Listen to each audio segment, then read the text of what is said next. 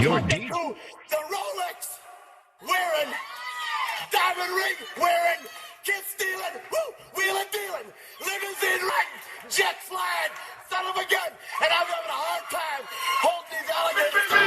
You're talking to the Rolex wearing, diamond ring wearing, kid stealing, wheeling dealing, limo jet flying. We Ric Flairing on them niggas. We Ric Flairing on them niggas. You talking to the Rolex wearing, diamond ring wearing, kid stealing, wheeling dealing, limo jet flying. We Ric Flairing on them niggas. Check, we Ric Flairing on them niggas. It's apparent these girls staring. I'm Ric Flairing, gold across my chest. I'm fresh to death, I'm Paul Bearing, not at all scary. One eye open like Betty Wops, then find to these circles that's going in like a carry shot. Woo! I'm going in like a Mary Pop off that Mary Crop at the top flow at the Marriott. So questioning me is like questioning you. See, we the best dressed, so come and get blessed with the crew. Not one but two, different ways to slaughter your crew. Committed tat across the chest, I guess she blessed with the truth. People want to see them checks, representation of proof. Living through my elders, trying to resonate to the youth. But ain't nothing to get my flash on. Longevity is heavily embedded in my melanin. Layman terms, I last long. My grind repetitive, I'm smoother than real silk. Lyrical pass cow who can't cry for spilled milk. We in here. You're talking to the Rolex wearing, diamond ring wearing, kid stealing, wheeling dealing, limo jet flying. We Ric Flairing on them niggas. We Ric Flairing on them niggas. You talking to the Rolex wearing, diamond ring wearing, kid stealing, wheeling dealing, limo jet flying. We Ric Flairing on them niggas. We Ric Flairing on them niggas. This ain't no normal situation, this preparation with greatness. Industry full of fakeness is really up for the taking. See, life is what happened to you, more so how you take it. Don't get stripped of your knowledge and mentally leave you naked. I like to live otherwise. I'm sorry that I'm fresh to death. I put the polo and apologize. See, black son, we ain't nothing like the mother guys. Quit to socialize, we organize, then we mobilize. Off the deep end like a scuba diver. And no confusion, just keep it pushing like Uber drivers. Woo! Business fresh just like a supervisor in a Gucci visor. Can't find a smoother rhymer. You're talking to the Rolex wearing, diamond ring wearing, kid stealing, wheeling dealing, limo jet flying. We Ric Flairing on them niggas. We Ric Flairing on them niggas. You talking to the Rolex wearing, diamond ring wearing, kid stealing, wheeling dealing, limo jet flying. We Ric Flairing on them niggas. We Ric Flairing on them niggas. Yeah, DQ baby. Shout out that boy Nitty for that fire track.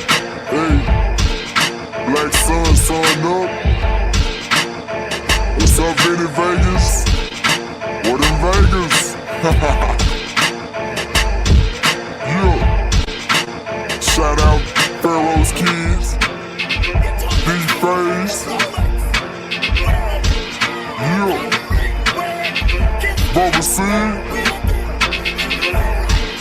yeah, Ric Flairing on them, Ric Flairing on them, Ric Flairing on them, Ric Flairing, son up, baby. Yo, DJ! Are you done mixing yet? You're deep.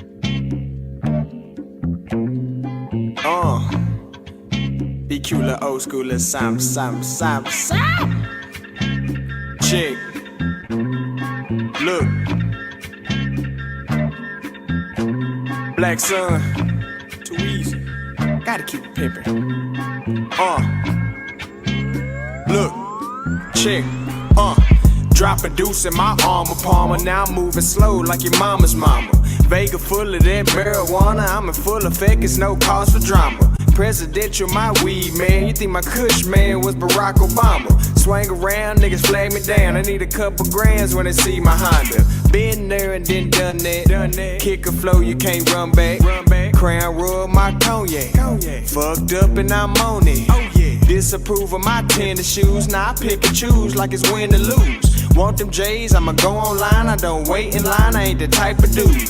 Dressed fresh like Steve Harvey, rolling Bob Marley, watching Family Feud. Reading a book on Marcus Garvey might tell you something that you never knew. Fuck the judge in McLennan County, 31 weeks, I had the county blues. Shout out to my Uncle Bubba, had the box caprice and it was candy blue. The other week I saw a blue Ferrari, was a white boy, drove right by me. Told myself when my album drop, I swear the whole world gon' know about me. 25 from the east side and got my mindset on the red Audi. Dropping paper like Waco trips, where my Waco niggas gon' read about it. Been there and then done that. Kick a flow, you can't run back. Crown royal, my cognac. Fucked up and I'm on it. Oh yeah. Disapprove of my pimpin' moves, not pick and choose like it's win or lose. Bad bitch, she on me. Fucked up and I'm on it. Say I been there, I done that. Kick a flow, you can't run back. Crown royal, my cognac. Fucked up and I'm on it. Oh yeah. Disapprove of my pimpin' moves, not pick and choose like it's win or lose. Bad bitch, she on me. Fucked up and I'm on it. I done been there and I done this shit. I done been there and I done this. I done this shit. I done been there and I done this shit. I done been there and I done it. On 35 and this 420, fresh out of jail, about to roll a L. First blunt of the fucking day and it's 10 o'clock and I'm mad as hell. Got work at midnight, so I ignite and I take sail. Can't survive off what I scribe in my government job, it pays well. On the highway in an old mood, jamming old school. I'm just an old dude in a young body. Finna knock down this little young hottie, cooking soul food. I'm so smooth. Silk drawers couldn't fuck with me. She blowing my pop, but I'm sucker free. You paying for the drop, but I fuck for free. Lucky me. Been there and then done that. Kick a flow, you can't run back. Crown royal, my cognac. Fucked up and I'm on it. Oh yeah. Disapprove of my pimpin' moves, not pick and choose like it's win or lose. Bad bitch, she on me. Fucked up and I'm on it. Say I been there and then done that. Kick a flow, you can't run back. Crown royal, my cognac. Fucked up and I'm on it. Oh yeah. Disapprove of my pimpin' moves, not pick and choose like it's win or lose. Bad bitch, she on me. Fucked up and I'm on it. I done been there and I done this shit. I done been there and I done this shit. I done been there and I done this shit. I done been there and I done this shit.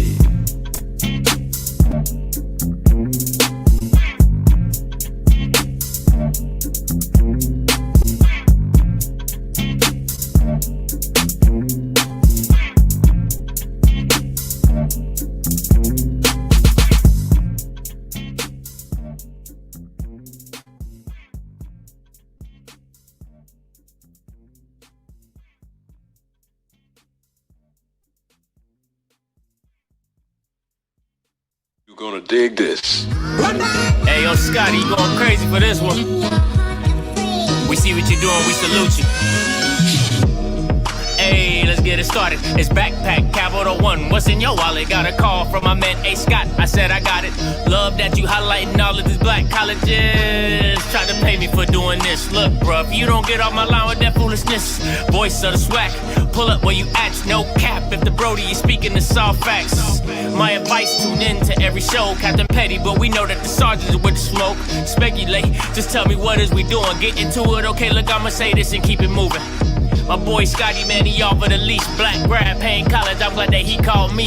Walking, cause we all been taught that talk is cheap. Even primetime knows Scott for the HBCU streets.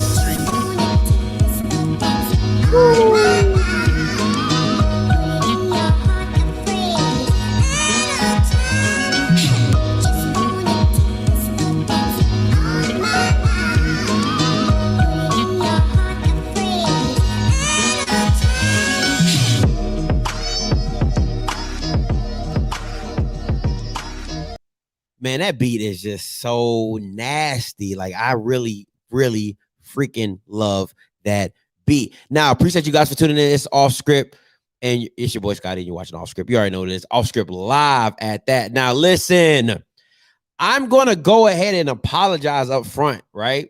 Because I told my guest 7:55, and I meant 7:25 because I'm used to doing shows on the hour and not every half hour. So listen, we did a test call. He's good. He's good to go.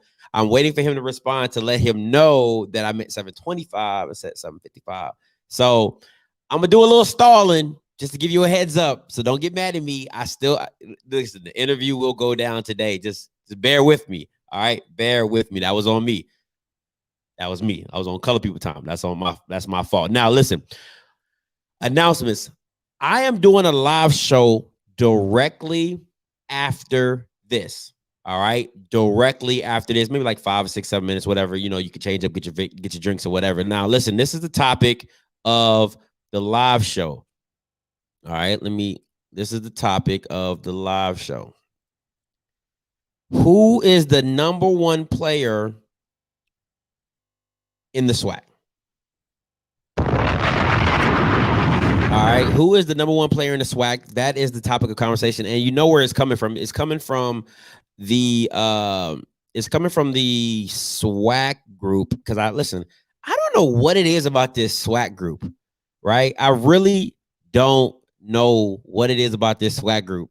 I feel like the more you think you know about football, the less you do. I really feel that way. Like, no bull crap. All right. So that is the topic of the conversation. I'm not having no discussions of it right now. So don't put it in, like, listen, you can put all your stuff in the chat. I'm not discussing it. I'm just saying that's what's getting talked about at the live show. So that's what's going on. I'm gonna say this is if I don't mind the Twitter fingers, but if you have a gripe against what I say and you have the opportunity to call in, why not just call in? That's all I'm saying. That's my only thing, right? So, and I want to make this very clear. There is a difference between best player and most valuable player. I'm going to say that again.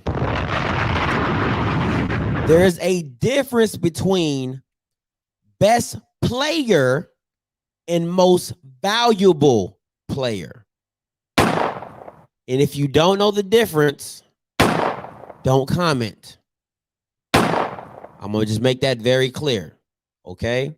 All right. Now, listen, I told you I'm still stalling because I told Mr. Bryant 7:55 by accident. So, once you tell a black person the time, they shut all communications down with you until the time comes back around. They're like, oh, yeah, he did something 7:55. All right. He just seen it. So hopefully he can jump on right now. All right. So, so hopefully we'll get this going. All right. But that's what it is. So I want you guys to prepare your arguments for after the interview, right? We're doing who's the number one player in the SWAC overall. Not most valuable player. Listen to me again. Not most valuable player. All right. But the best player overall. All right. So make sure you distinguish that very, very clearly. All right. Cool. All right. So now, listen, today, my special guest today is probably one of your you know how they used to say, like, you're probably your girl's favorite DJ? Like, it's probably your girl's favorite quarterback. Like, stop playing. You know what I'm saying? Like, listen, I got a lot of messages because I always ask people, like, because, I'm not a SWAC aficionado. So I always ask people, like, yo, who should I interview? And like, this name kept coming up. He's like, Brian Lee. I'm like, okay, cool. And he got a fandom. He got a fandom. You know what I'm saying? And I looked at his stuff. I said, oh, okay, he's not bad. He's pretty dope. You know what I'm saying? So listen, hey, I want y'all to give it up for my special guest today, Mr. Bryant Lee. What's going on with you? What's up? How everybody doing? Oh man, we all doing pretty good. I apologize. I told him it was on me that you was late because I did tell you 7:55. I meant 7:25. So I'll take It's all good. It's all good. I'm happy to be here, man. Happy to be here. Appreciate you, my guy. Appreciate you. Like I said, people were clamoring because I haven't done any Southern player because I've kind of hit every every school except Southern.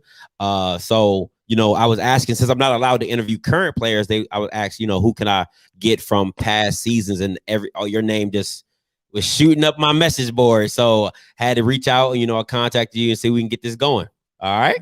Man, you sure they were saying my name? Man, listen. They got a lot of hey, look, they got a lot of great players, man, that they could have picked from, man. But they chose me.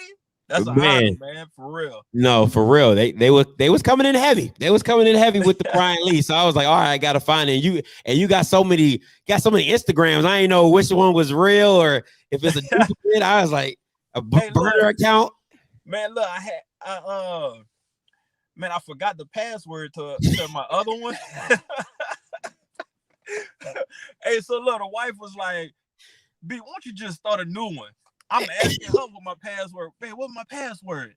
Couldn't figure it out. I'm like, oh my goodness. All right. So listen, B. So this is how we do it. Like I always start my interviews with a little start, bench, cut edition. All right. So I'm gonna pull this up for you, and you can tell me who you will start, who you will bench, and who you will cut. All right. Okay. It is on you. So let me read it out for the people. I got Donovan McNabb, I got Michael Vick, and I got Steve McNair. Start, bench, cut. So on you, sir. Oh wait, man. I'm gonna start off. I gotta cut Donovan McNabb. Well, he went backwards. Yeah, man, Mike Vick changed the game for sure. I think if Mike Vick played in the NFL today, he would definitely be the Patrick Mahomes of today's world, of today's game. But I have to bench him just based off of the offense that he played with. I feel like they forced Vic to be a under the center type quarterback. If he would have played it, like I said, in the offenses that they have today, he would be unstoppable. With the speed, the arm strength, and the accuracy. With the option game coming in, into NFL and stuff like that. So. Right. But man, Steve McNair holds a special place in my heart, man. Even though he was a Alcorn Brave, but me and I was able to meet Steve McNair before the tragic event that happened, and I was actually supposed to go and train with him at his ranch in Mississippi in the off season, and the off season before, that's when the event happened to him. But man, Steve McNair, man, I would have to start him, bench Vic, and cut McNabb. Man, I have probably done this start bench cut with like 4 quarterbacks, and nobody's ever benched Donovan. Nobody's ever kept Donovan on the team, and Donovan he was good. Like people be sleeping on Donovan was legit. Donovan he was. But I just gotta go. I just gotta, that's how the cookie crumbles. It just never. I'm gonna have to change this up just so Donovan McNabb can get some love for real. I'm probably gonna put like Aaron McKee on here or something. I don't know, man. Just Aaron Brooks on here or somebody. I don't know, man. Just so he can get a start or a bench or something. God, though, mighty. All right, let's get into these questions though. All right, okay. So, your favorite athlete of all time. It doesn't have to be a football player, just somebody you admire. My favorite, probably Jordan. Jordan? Okay. Yeah. What is the last movie or show you've watched? The last movie or show. I woke up this morning. I worked last night, but I woke up this morning and finished watching the Martin episode. when Brumman stole his CD player and he brought back the scene of New Jack City. Okay. Yeah. Oh, with the dog. Yeah. That is like one of the best episodes. He was walking around with the stuffed dog. Yeah, told the dog sit, and the dog ended up falling over. And then he Everybody turned died. around and said, and he told him lay. And bruh, that get me that show right there get me every time, man. Oh my God! Listen, and nobody could stay in character. Everybody was dying laughing, bro. Right. That is classic. That is a classic. I got to give you that one. All right, what's your favorite song and artist right now? My favorite song and artist right now would definitely have to be Lil Wayne, my favorite artist. It's a toss up between him and Jay-Z. But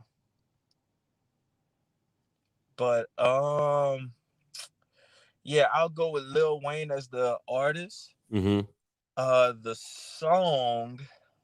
Now, listen, when I say your favorite song and artist, they could be different. So you can have a favorite artist, but a favorite song that you're hearing on the radio could be your favorite song right now. You get what I'm saying? So it don't have to be the same thing. Okay. Yeah. So the favorite artist is probably Lil Wayne. Favorite song out right now. Ooh, man. You know what? My daughter, she tears this song up, man. She pretty much says it word for word, but it's the Bruno Mars "Leave the Door Open." That's Silk Sonic. That's that Silk Sonic. That thing hit. That thing hits. Yeah, yeah. So I'll go with that one. I'll go with that one. That's a dang good choice there, sir. All right.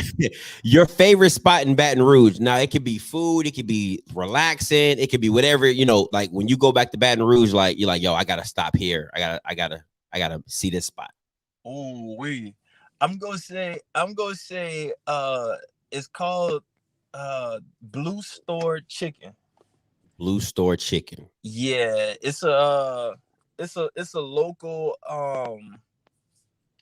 it's a little local spot right outside of Southern's campus where they sell, you know, a whole bunch of stuff, but the main thing is the fried chicken that they have. Second to none. Bet. Yep. All right. Your favorite holiday. Favorite holiday would have to be Christmas for sure. Okay. Christmas. Now you a giver or you a receiver? I'm a giver. I'm a giver. Yeah, I love to see everyone's face when they get gifts and everything. And I don't really care about getting the gifts. I always do, but I always get them. But I'm not too. I'd rather give than receive. That's what's up. Let me get some of these comments. Nash Bridges said Blue Store off top. Juan McMore said Blue Store. Jordan Hatton said Blue Store. Yeah. KG Baton Rouge said we knew that answer, and then Terrence at the end said Blue Store. God, dog, that thing must be. Yeah. Another person said, AKA crack chicken. You can't eat just one. Hey, I get like 9 of them things, man, and I don't. It's so bad, man. Where you don't even leave the parking lot. Like you just sit there and eat them in the whip. That's what's up. When I get down there, I'm gonna have to try one. All right. So, if money was not an option, what would you buy? If money was not an option, what would I buy? I'll say a house. Okay. Yeah, I'm buying, and it's funny because me and my wife go at it all the time. I want a huge house, but she just want a house that's not too big to clean.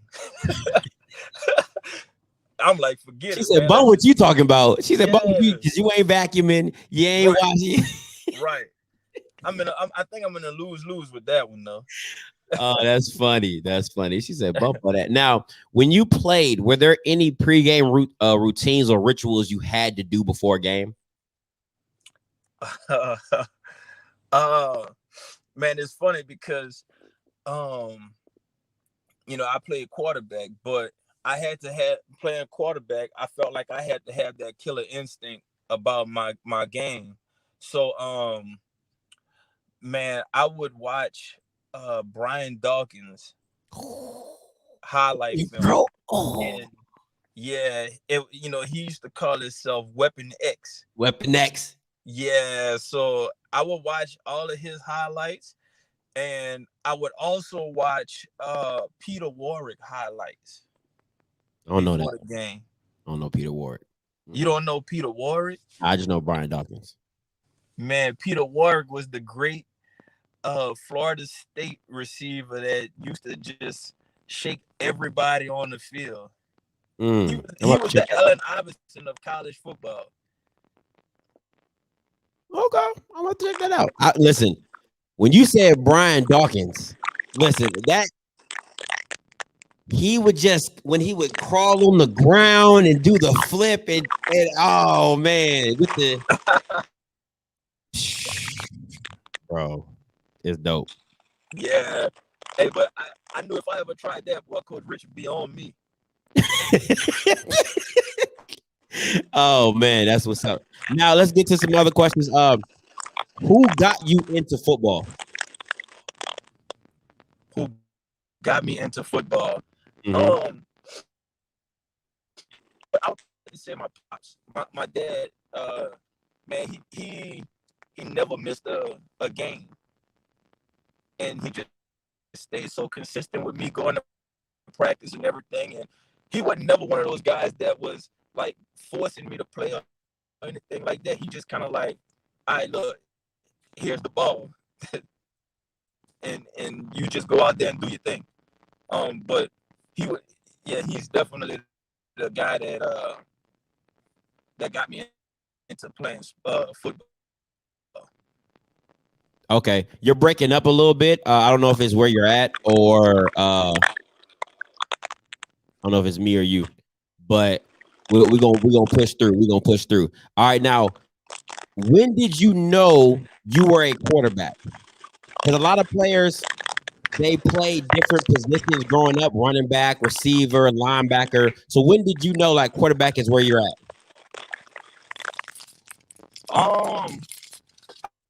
I'm gonna have to say, man.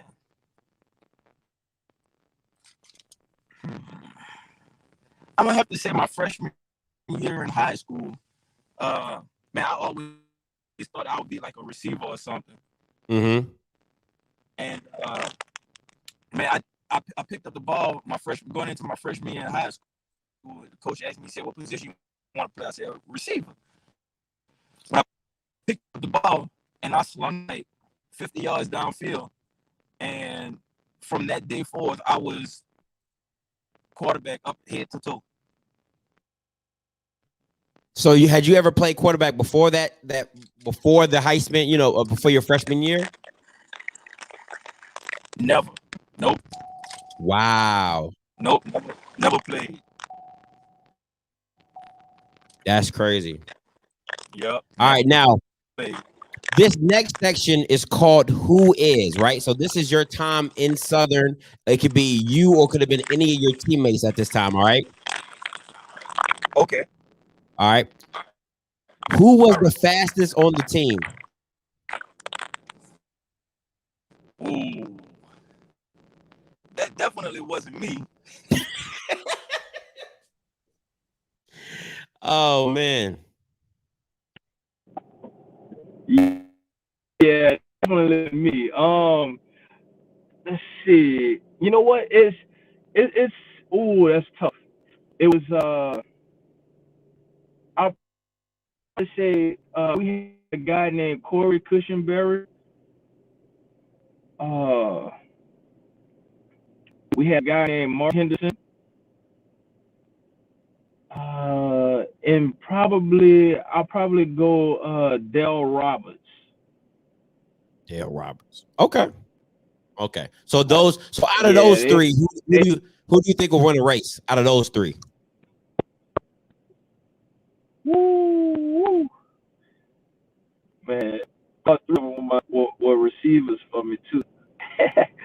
I'm gonna have to say Mark Henderson. Okay. Mark, if you're watching, you was that guy. Yeah, Mark Henderson. Right. Man, and he jumped the highest too. Man, freaks. Boy, you freaks. Yeah, All right, so yeah, definitely. the next one is who talked the most trash on the team? Oh man, I'm gonna have to go with Gerard Landry, aka G Money. AKA G Money. Yeah, and still to this day he talks trash. we go back and forth. We go back and forth at it. The trash talking. I told him I made him, and he like, man, you out your mind. But yeah, he definitely talked the most. He talked the most trash on the off. That's the offensive side of the ball. The guy who talked the most trash on the defensive side was we had a safety named Glenn Bell. Glenn Bell talked a lot of trash too. Okay, so they said I got a comment that says Gerard Landry is the older brother of Jarvis Landry. Right. Yep. Cool. All right, then I got another comment that says AJ was the fastest on the team. AJ was the fast. Oh yeah, man, I forgot about AJ. Yeah, AJ was fast too. AJ was fast too. He was a track guy. He played outside receiver for me, and he was once you got the ball in his hands, he could turn a screenplay or a slant into easy. Just padding my stats. Like, hey man, I'm about to throw you this 5-yard slant. I need you to take this 60. All right, I need you to take this 60 for me. Yeah, right. Yeah, but I can't disagree with that. I would have loved to see them all four of the guys we just named in their prime doing that. Okay. Somebody told me, said, ask B. Lee, what about James Vernon? Who is that? Mo? Oh man, JV was fast, but he was what made him not look as fast. He was just so smooth. Like his route running ability was just second to none. But nah, I wouldn't put him in front of them guys there. Okay. Cool. All right. So next one is, who would you take to a fight?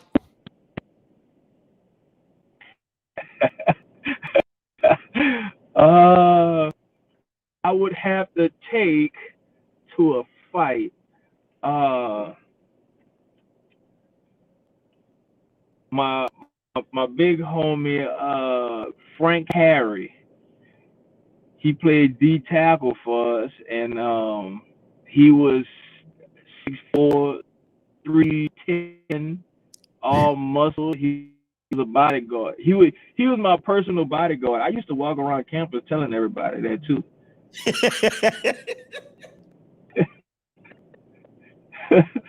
I used to let them walk in front of me. I used to let him like walk in front of me wherever we was going at. I used to always tell him, man, I'm shy, man. You gotta walk first, man. What if I trip and fall, man? I'm gonna be the center of attention then. So I let him walk first, and he just looked like bodyguard materials too. So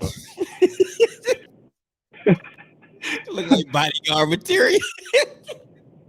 yeah, and he was free. I didn't have to pay for it. Oh, that's easy. We need that on the team. We need free on the team. Free protection. Yeah. Dude. Yep. All right. Last one on the who is. All right. Do you have a sister? Yes. All right. So this might be a little personal, but if you had what you do, who on the team would you let her date?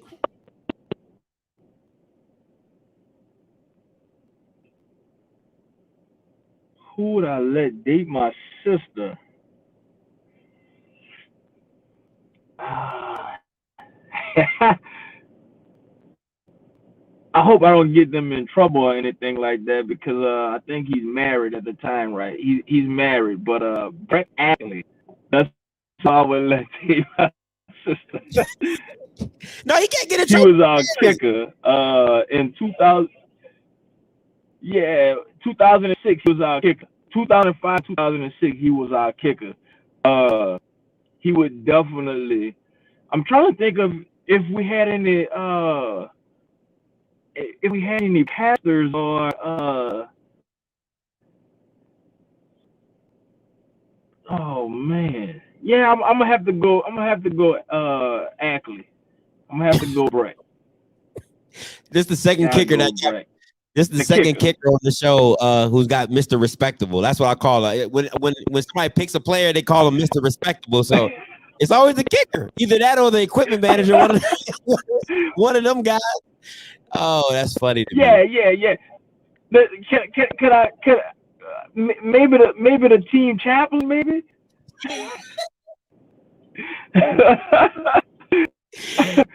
Oh man, that's funny. That is funny. Now let's get back into these questions.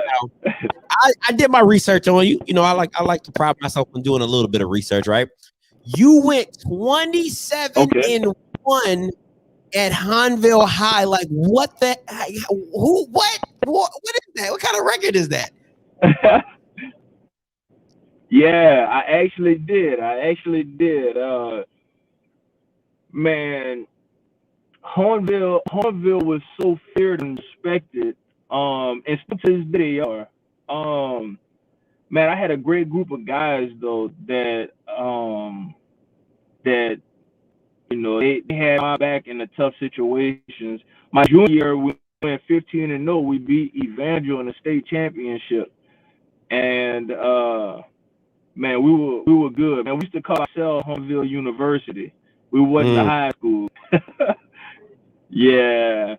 But we had a lot of greats that played at Hornville. Even during the time that I played, there were guys that were just dominating, and like I said, they made my job easier.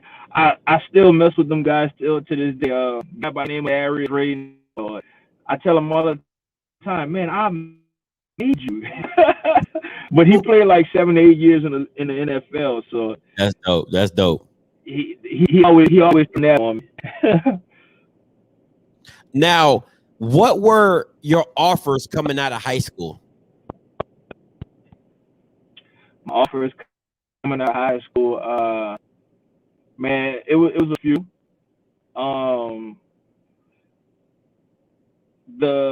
I had the Southern, I had Grambling, I had Nicholls State, I had a lot of the local schools. I even had it's funny that I say this. I had Southern Miss, but I had Alabama, and now it wasn't the Alabama that we have to this day, but they weren't as good back then. I had Central Michigan. I had South Alabama.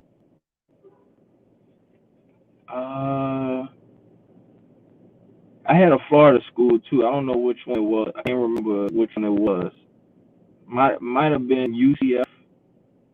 Okay. Yeah. Now, did any school offer you to change positions, or did how did that work?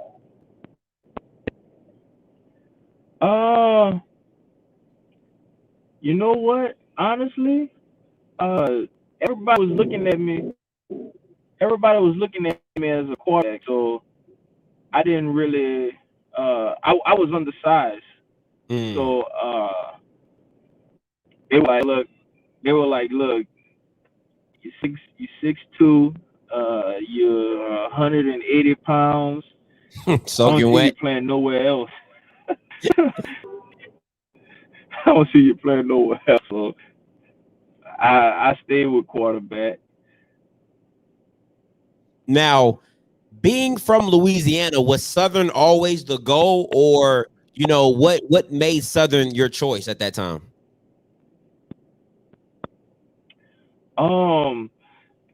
man, so I was getting recruited by a guy named Coach Miller, and he ended up leaving Southern for family issues. So who picked up was Coach Dooley.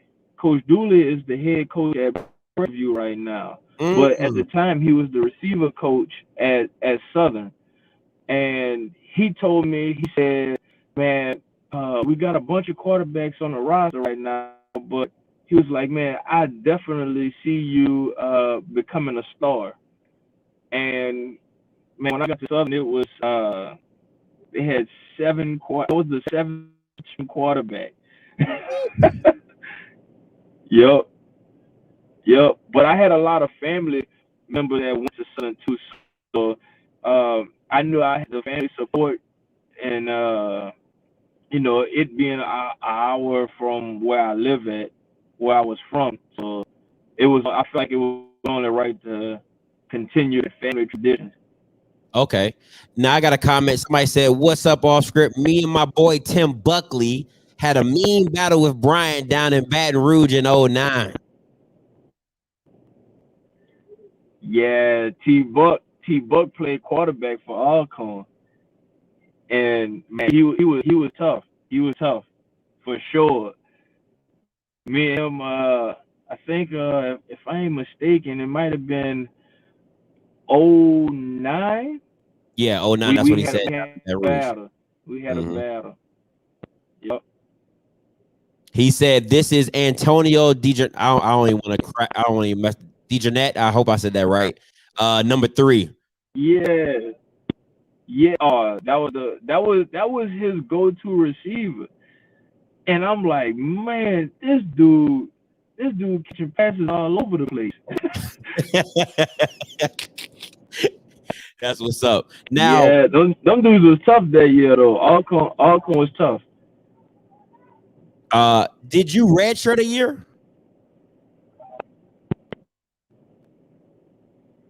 Yeah, I redshirted my freshman year. I Now, how was redshirted that? 2005 season. What was that? I said, how was that experience? Like, redshirting a year. How did you feel? Because I mean, you're coming from Han. You've been the man. So how was that feeling? You know what? It was rough. It was rough at first. But I knew I had a few quarterbacks that had already been there that were ahead of me. I had J.C. Lewis, and what I did was, as I knew, I didn't understand what a red shirt really was, but once I figured out what it really was, I started studying the game more, and I started studying guys that were in front of me, like J.C. Lewis, Gerard Barrow. Man, J.C. Lewis, he didn't have the height and athletic ability, but his footwork was perfect. And still to this day, I remember that. And then Gerard Barrow was just a gunslinger. He would drop back and he was throwing the ball all over the place. Then we had some other guys that were behind him that was still good. So I tried to take a little bit from all of those guys, and then I felt like I could mold myself into that starter one day. But man, redshirting was definitely all about practicing, the weight room, in the classroom, really. Okay. Now, in 06, your first action, I mean, you just come off the bench, throw for 138 yards, a touchdown, rush for 102 yards, 2 scores in a victory over Texas Southern. How was that, that first college game, your emotions? Tell me about that experience. Man, the first play, I think the first play that I ran was a tackle power. And man, I was scared. I was scared. I'm like, man, everybody bigger than me, but I was like, man, I gotta make the best out of it so they don't take me out game. So I think my first play from scrimmage was a tackle power, And man, I was so scared. I like the best way to get through this game is to not get tackled. So I was like, man, these boys gonna kill me if they tackle me. And I just never let up after that. That's what's up. Now, coming from such a winning pedigree in high school, was losing difficult when you got to college? Like when you took a loss or took a L? Definitely. One of the mottos that I like to live by is I hate losing more than I love winning. And That's a bar. yeah, that That's a bar. yeah, so man, I think that drove me and built that competitive spirit that I always had. It just made me study harder and just made me practice harder, and then in the game time I felt like I was Weapon X.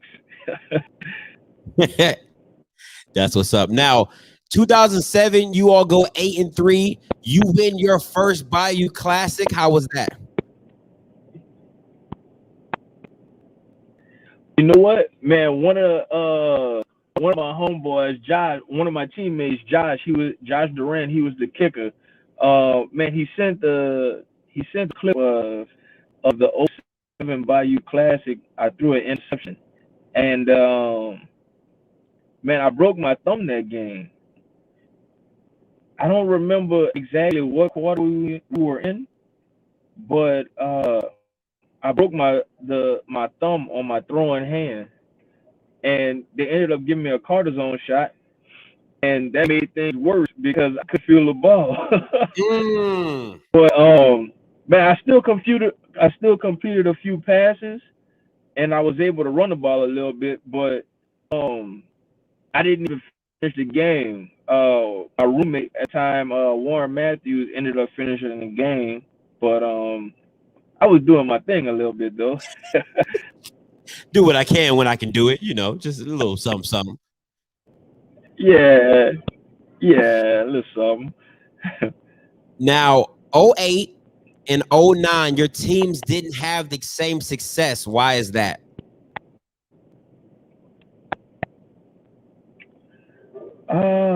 Hey, just to go back on that last question, '06 was the first year I won the Bayou Class. Okay, so you '07 was the first full year of me starting. Yeah. Got you. Yeah. But the '08 and '09 season, man, I don't know. We had a lot of I know for a fact that we were real young in some key positions. So that could have been an issue. '08, I think both years, I think all 3 years, '07, '08, and '09, we always had the number one offense in the conference. Mm-hmm. The defense was always pretty good. I think just in the key situations, the key moments in certain games, we were kind of set back on a few of those, and that's what hurt us, I think, a lot. Now, in those 2 years, if I'm not mistaken, Grambling ends up beating you guys in the Bayou Classic. How much is that like for me? I'm a Cowboys fan, so losing to the Washington football team is probably the worst thing that can happen that year for any Cowboys fan. How was that the same for the Bayou Classic? Like, what's that feeling like? Man, you would think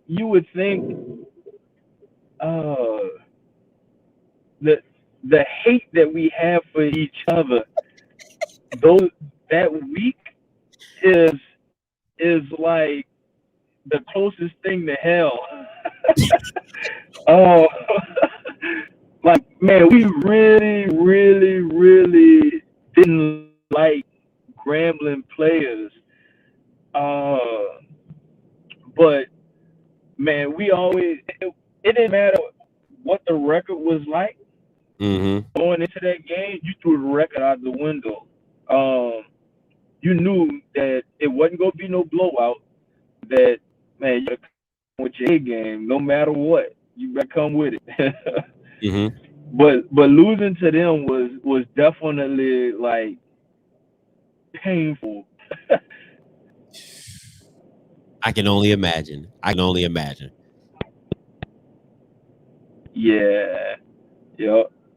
Now, how was playing for Southern legend Pete Richardson as a coach?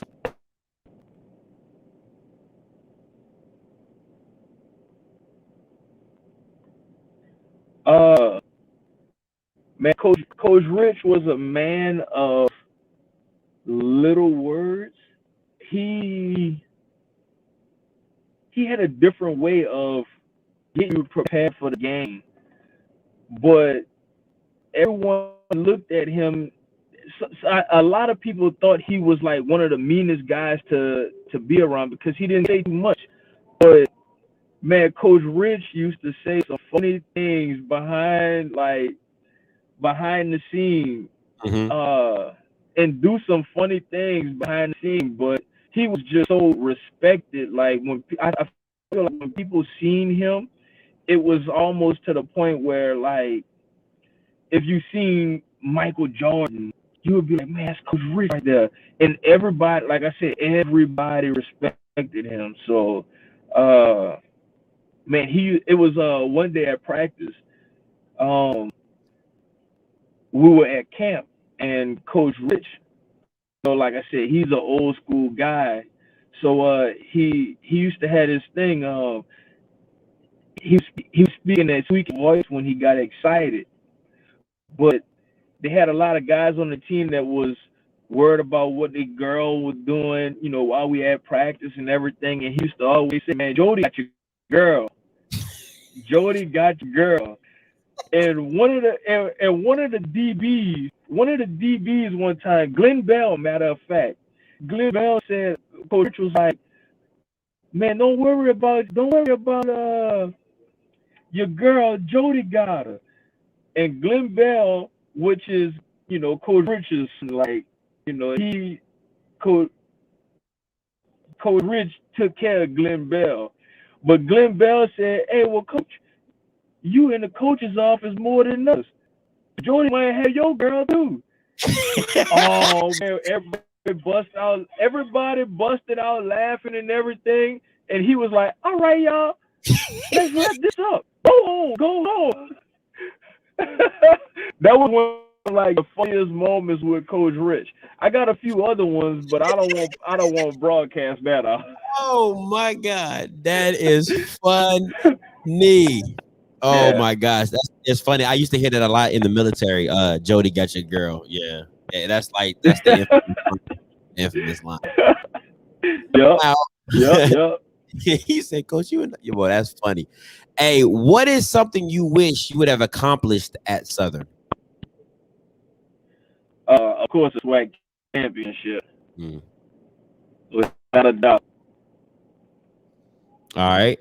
And I mean, I think your time at Southern, I mean, listen, offensive player of the year, led the SWAC in passing for 3 straight years. You accomplished a lot. And a lot of people said, that was a special time for y'all, offensively. You guys were, like a lot of people in my message said, y'all put on a show. Offensively, y'all were the show. Yeah. Man, I got to give it up, man. Our offensive coordinator, at the time, Coach Mark Orlando, he pulled me to the side before the start of the 2007 season, and it was the end of the 2006 season. He told me, he said, if you wanna be an All-American, just listen to me and just follow my lead. But he said you have to put in a lot of time, and you're gonna have to dedicate yourself to being that guy. And man, I did my best, but man, I had a great group of guys around me. The offensive linemen, they always played good. The defensive side of the ball always give us problems.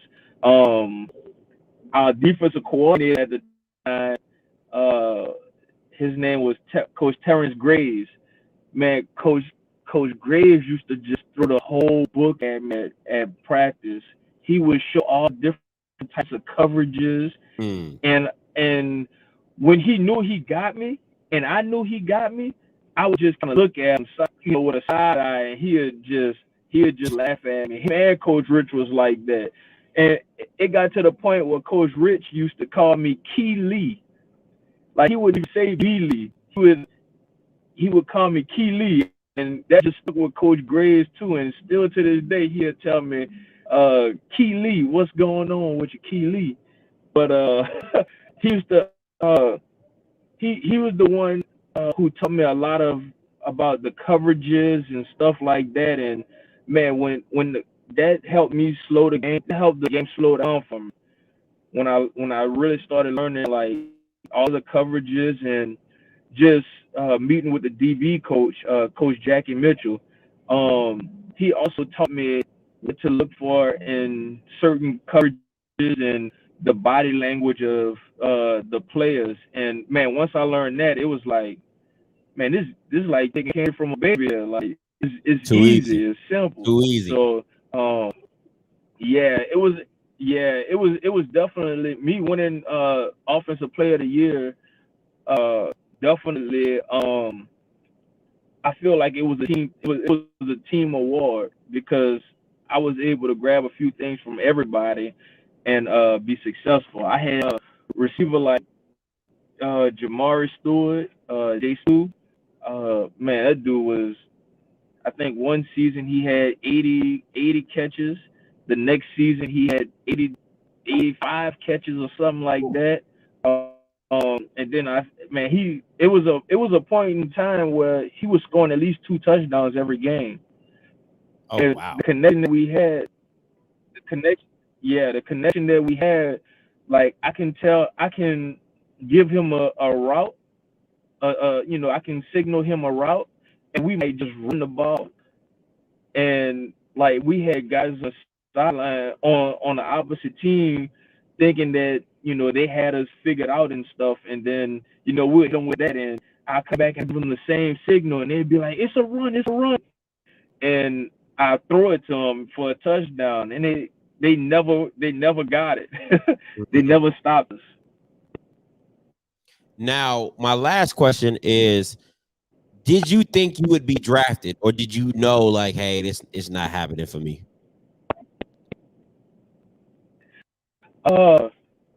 At the time, I was getting my agent. I think he did a good job. He could have did better because I didn't get there. But I was actually pre-draft. I forget the name of the website or whatever, but I think they were well respected and had some good ratings. But they had me projected to get drafted in the 6th to free agent signing. So I forget I think it might be Draft Bible or something like that.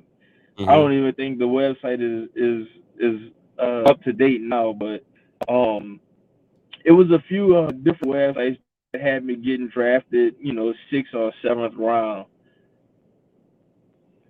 Now, did you sign any undrafted offers, CFL, anything like that? Yeah, I did. I did 1 year, well, a half season with a team in Denver. It was an arena football team in Denver. Okay. I signed to, and then I ended up breaking my arm. And when I broke my arm, they released me. And then I ended up going to Texas to play with a team called Amarillo Venom in Amarillo, Texas. And I finished the season with them. Okay. Now let's talk about the new and improved swag, shall we? Now, okay. Did you catch any spring games, and if so, what did you think? I watched. I never went to any other games. I was able to watch a few of them online. Of course, I like what I've seen out of them guys. Um, I was disappointed in Alcorn. I really felt like they would have played. They would have done some good. Um, and man, one of my second favorite player of all time, no matter what sport, is prime time. So yeah, Dion, he hurt my feelings because he went to Jackson State. He coaching at Jackson State, man. That's bad, man. They got some of the worst fans ever, man. I won't say worst. I say the toughest fans. They got some of the toughest fans, man. Going to Jackson was was always rough. It was rough. They didn't care what they told you. They called me an LSU reject, all kind of stuff. Oh my goodness. Oh my We were goodness. out there. We were playing against them in 2009, and we out there pregame, and they call it they egging you. Hey, B Lee, and Jay Spoo, who I was talking about earlier, he said, B, bro, don't turn around, bro, don't turn around.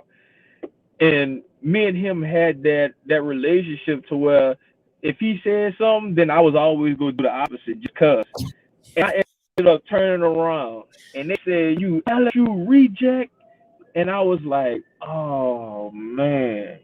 They said I was the I was never gonna be like Ryan Paraloo and all kind of stuff, man. They were killing me. They were killing me. Man, they was coming for you. Right, definitely. Now, your beloved alma mater came up short once again. Did you feel it was time for Odoms to go?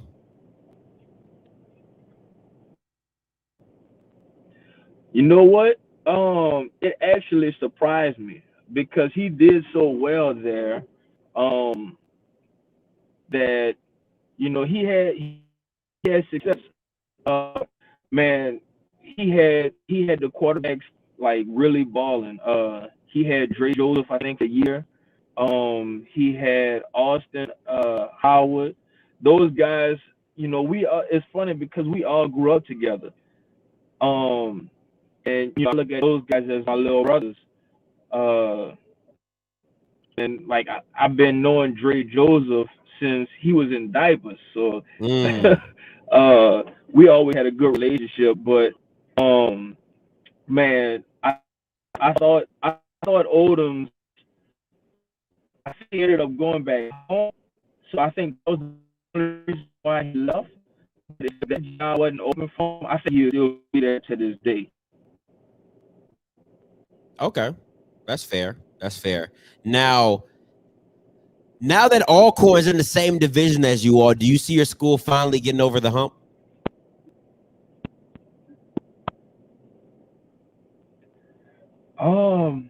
Yeah, I do. I think I think uh all tough game too.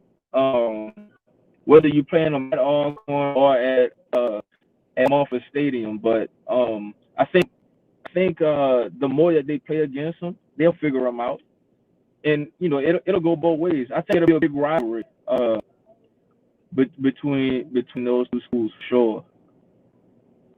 All right, coming down to the last few questions. What game are you most excited to see this year in the fall?